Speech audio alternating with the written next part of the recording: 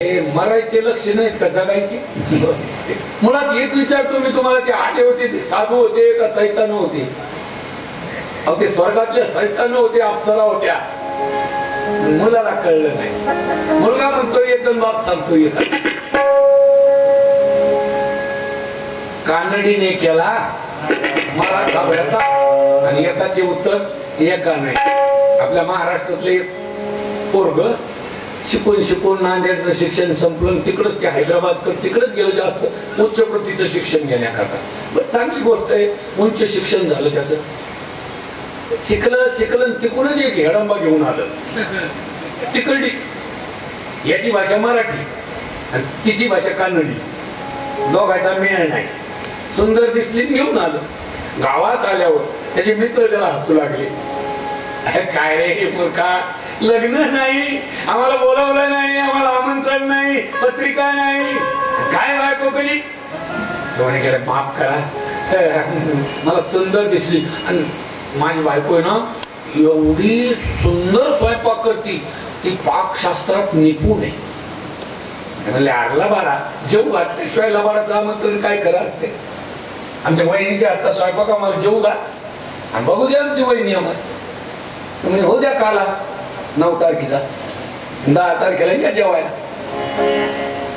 त्यानं बायकोला सांगितलं माझे 20 मित्र बोलवले, असा तुझ्या हातचा स्वयंपाक कर.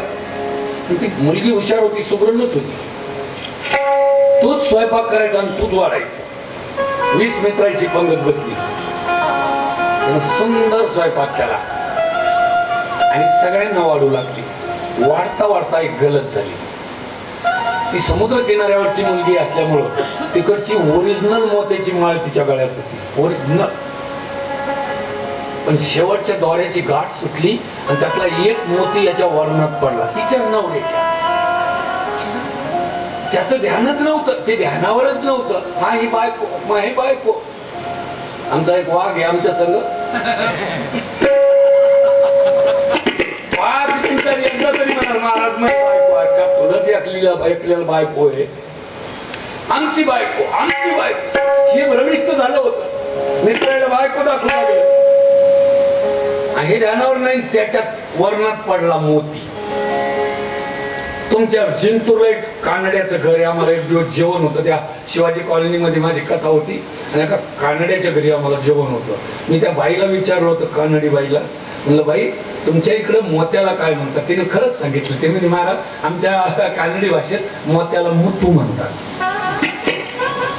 तो मोती पडला याच्या वर्णात. ती वाढत वाढत वाढत जवळ यायची आणि याच्या जवळ येऊन याला म्हणायची वर्णात मुतो. याचा राग चढला ना. 20 मित्राचे देख मला म्हणते वर्णात मुतू. यानं दोनदा ऐकलं, तिसऱ्यांदा असा ठणका दिला, कानाच्या खाली धुपटच झालं. ती भांबावली की आपल्या 2 महिने लग्नाला झाले, आपल्या बायला नाही मालकानं अजून वर हात केला नाही, केवढा गुन्हा झाला तर. आणि आज कानाच्या खाली कशी मारली तुमच्या लक्षात आलं. ती काय म्हणली याला कळालं नाही, हे काय करायला तिला मिळालं नाही. कानडीने केला मराठा भरता, एकाचे उत्तर एका. तसंच विभांडकाचं शृंगाचं पिता पुत्राचं आज झालं. हा म्हणतो साधू आले होते. विभांडक म्हणाला, शृंगा तुझ्या पुण्याईनं जर पुन्हा असे साधू घरी आले, कडकडून मिठी मार आणि त्यांची इच्छा पूर्ण कर. रात्र निघून गेली. रात्रभर शृंग विचलितच राहिला. विभांडक सकाळी ब्रह्ममुहूर्तावर उठले, स्नान केलं आणि अनुष्ठानाला निघून गेले. दररोजचा नियम होता त्यांचा. सकाळी ब्रह्ममुहूर्तावर स्नान. मी सांगत असतो, सूर्यनारायण उगवण्याआधी केल्या जातं ते स्नान असतं. सूर्यनारायण उगवल्यावर केल्या जाते ती आंघोळ असते. आणि खाल्ल्या पिल्यानंतर केल्या जातं ते आंघोळही नाही, स्नान नाही, ते अंग धुणं म्हणजे म्हशी धुणं, बैल धुणं, तसंच अंग धुणं. स्नान झालं, विभांडक निघून गेले आणि शृंगानं स्नान करून आसनावर बसला. उत्तराभिमुख उत्तरेकडे फोन केलं आणि रेचक, कुंभक, पुरक, ओ,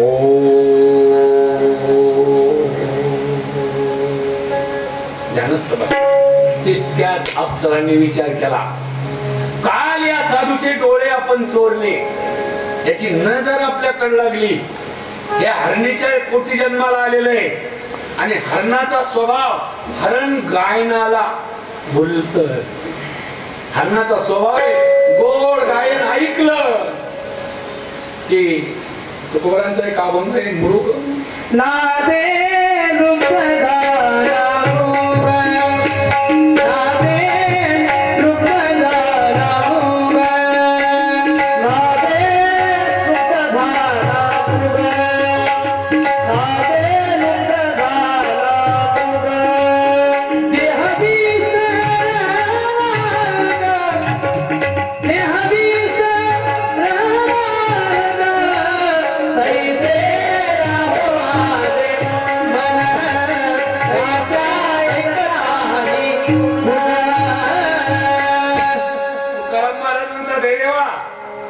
नादात, गायनाच्या नादात जसा लुप्त होतो हरी, आणि मग देह विसरला, अंग विसरला, शरीर विसरतो, जीव विसरतो, त्याला जीवाचं भान राहत नाही.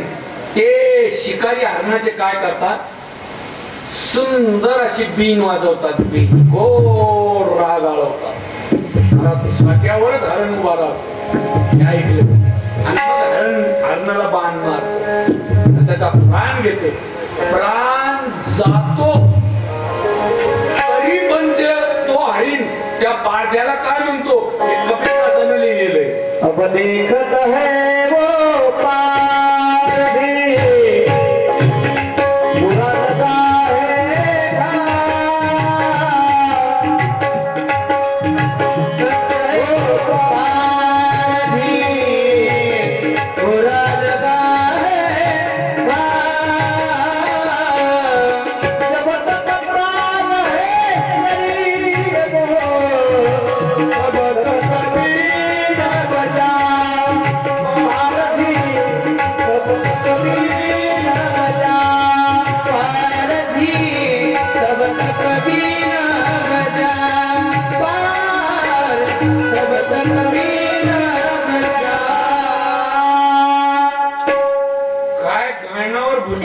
ते हरण. कबीरदासजी म्हणतात, तो हरिण बाण लागला त्याला त्या पारध्याचा, तो पडला आणि पडता पडता म्हणतो, पारध्या ऐक, देखत है वो पारधी पुरा लगा है घाव, तुझ्या बाणाचा घाव लागला पण ऐक, जब तक प्राण है शरीर मो तब तक बीन बजाव, जोपर्यंत माझा जीव जात नाही तोपर्यंत मला तुझी बीन ऐकू दे. किती प्रेम आहे त्याचं त्या नादावर, ते हरिण बोललेलं असतं. इतकंच नाही, त्या पारध्याला पुढे म्हणतो,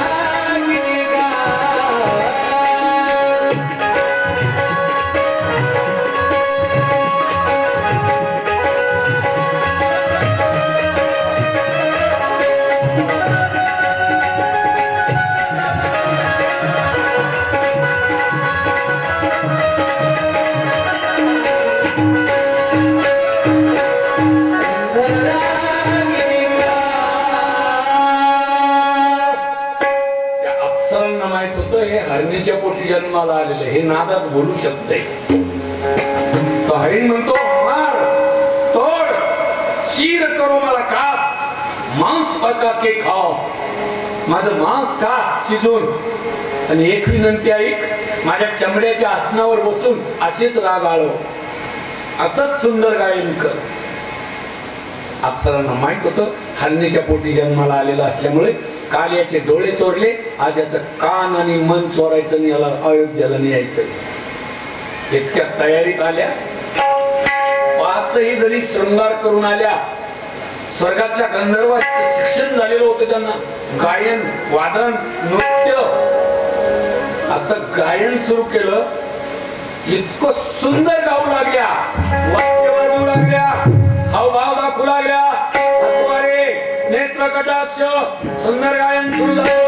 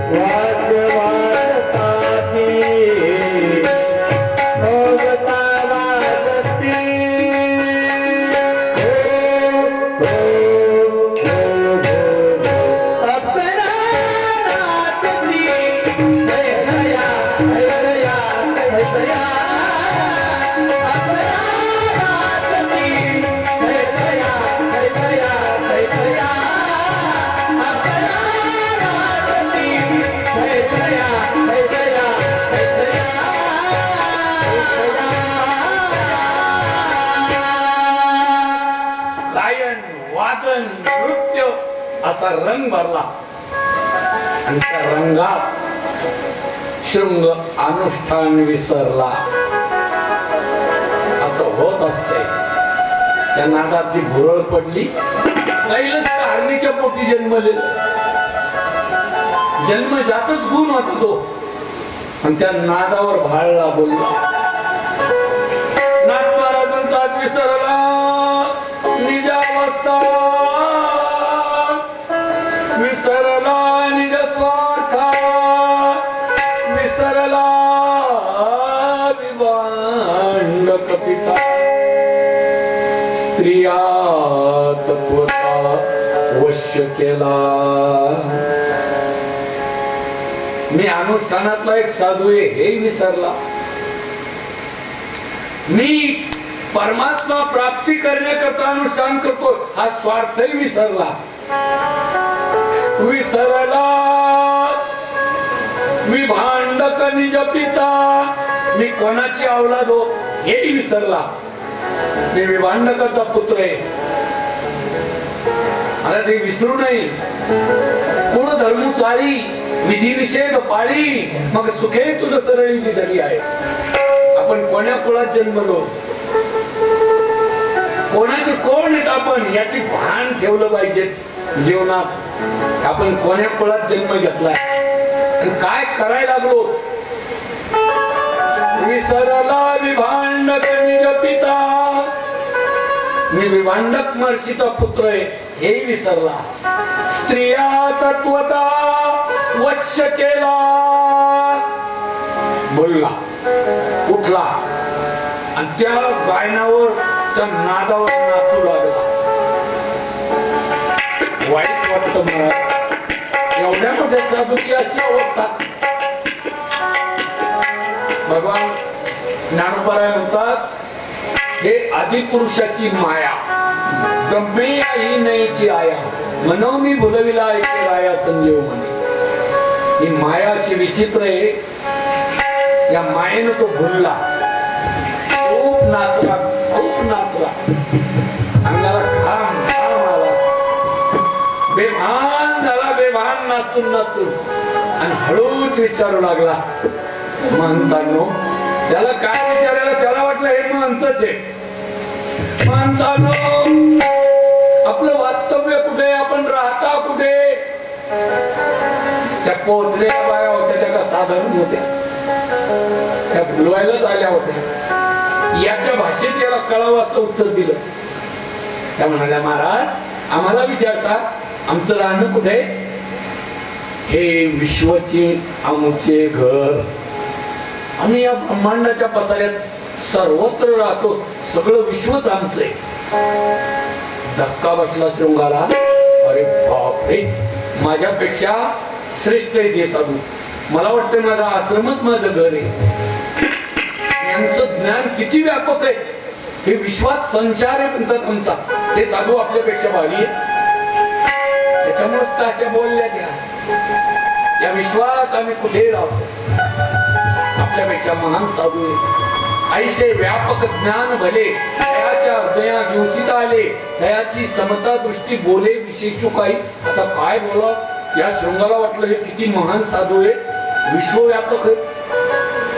शृंगाने हात जोडले, महाराज, तुमच्या समागमात, तुमच्या सानिध्यात, तुमच्या संगतीत काही दिवस मी राहू शकतो का? त्या मनात म्हणल्या, आम्ही काय जेवायला आलो होतो का? याच्यासाठीच आलो होतो. त्या म्हणल्या, महाराज, आमच्याकडे सगळे चालतात. या रे लहान थोर.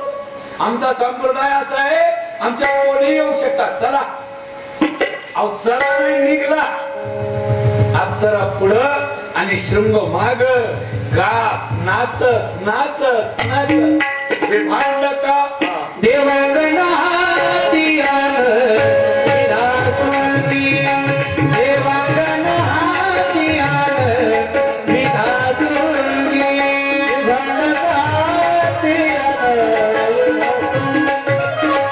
विभांड हाती आलं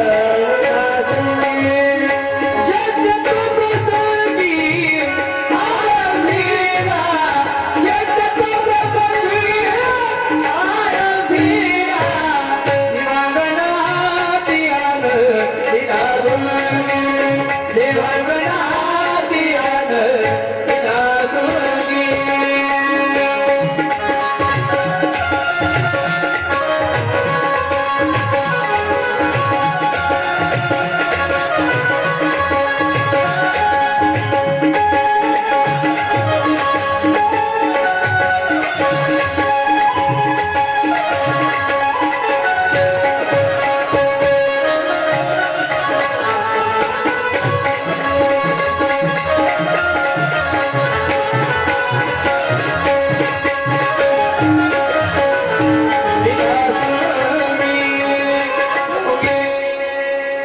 राजा दशरथाची इच्छा पूर्ण झाली.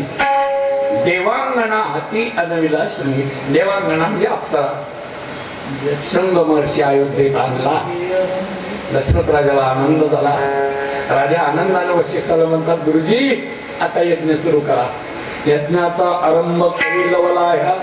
आता लवकर यज्ञ सुरू करा. शृंग आले. वशिष्ठ गुरुजी म्हणले, राजा, अर्ध्या हळकुंडानं पिवळा होऊ नकोस. शृंग अयोध्येत आला म्हणजे 100% काम झालेलं नाही.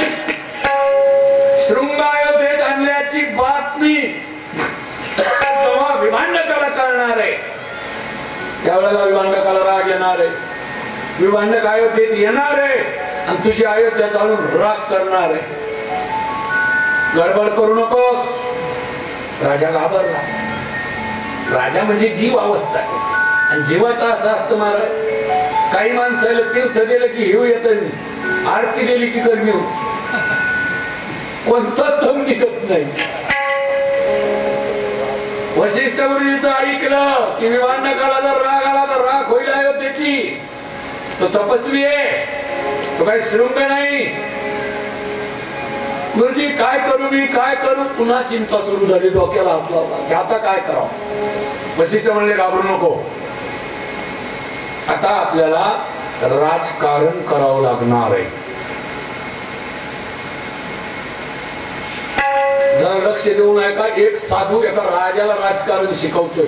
ही भारत देशाची बैठक आहे. एका साधूनं एका राजाला राजकारण शिकवलं. राजा म्हणतो राजकारण म्हणजे नेमकं काय? अरे वेड्या, राजकारण म्हणजे दावायचे वेगळे आणि चावायचे वेगळे. हे राजकारण असतं. बोलायचं वेगळं, करायचं वेगळं असतंय.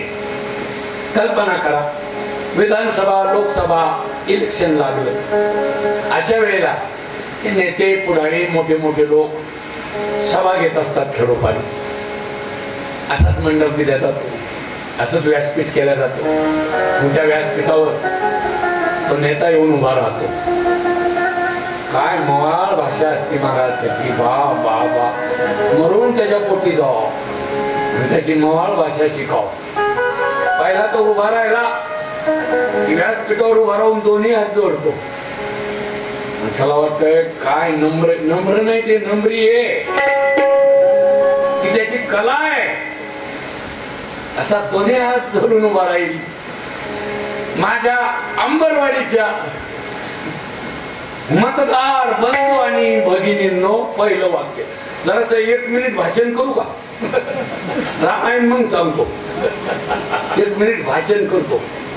माझ्या अंबरवाडीच्या प्रिय मतदार बंधू आणि भगिनींनो, ज्या वेळेला माझ्या अंबरवाडीच्या मातांच्या डोक्यावर मी पाण्याचे हंडे पाहतो, त्या वेळेला डोळ्यात पाणी येते. काही संबंध नाही, कशाला डोळ्यात पाणी येईल त्याच्या? ही भाषा आहे. माझ्या डोळ्यात पाणी येतं. असं वाटतं येलदरी धरणातून पाईपलाईन अंबरवाडी गावात आली पाहिजे. अंबरवाडी गावात मोठी टाकी उभी राहिली पाहिजे. त्या टाकीतून नळ योजना घराघरात गेली पाहिजे. त्या नळातून एक एक पुंगळी पाहुण्याच्या तोंडात गेली पाहिजे. फक्त मला 5 वर्षाची संधी द्या. राजकारण वाजवा टाळ्या, इतक्या टाळ्या वाजून आपल्या बापाचे नाजायचे जन्म गेले वाजवता वाजवता काहीच नाही झालं. कुठं हे राजकारण आहे. दावायचं वेगळं, जी टाकी दावायची तीच पाईपलाईन चावायची, त्याला राजकारण म्हणतात. राजा दशरथ आपल्याला राजकारण करावं लागणार आहे. दशरथ राजा म्हणाले नेमकं करायचं काय गुरुजी? अरे वेड्या, शृंग आणला कशा करता? पुत्रकामेष्टी यज्ञ करण्याकरता. पुत्रकामेष्टी यज्ञ बंद. आधी शृंगाचं लग्न लावून द्यायचं. पण गुरुजी नवरी मुलगी आहे. राजाला मुलबाळ नसल्यामुळं राजाचा एक शांतन नावाचा मित्र होता. त्यानं सुंदर आपली राजकन्या लहानसं बाळ राजदरबारात आणून घातली. ती दशरथाच्याच घरी लहानची मोठी झाली. आज ती वयात आली. तिला तारुण्यानं वेढलं होतं. लावा तिच्या अंगाला हळद. तिचं नाव शांता. आणि जसं नाव तशीच सद्गुणी होती. नावही शांता आणि वृत्तीनंही शांत होती. रूपानंही देखणी आणि गुणानंही सद्गुणी होती. फार सुशील शांत. नाहीतर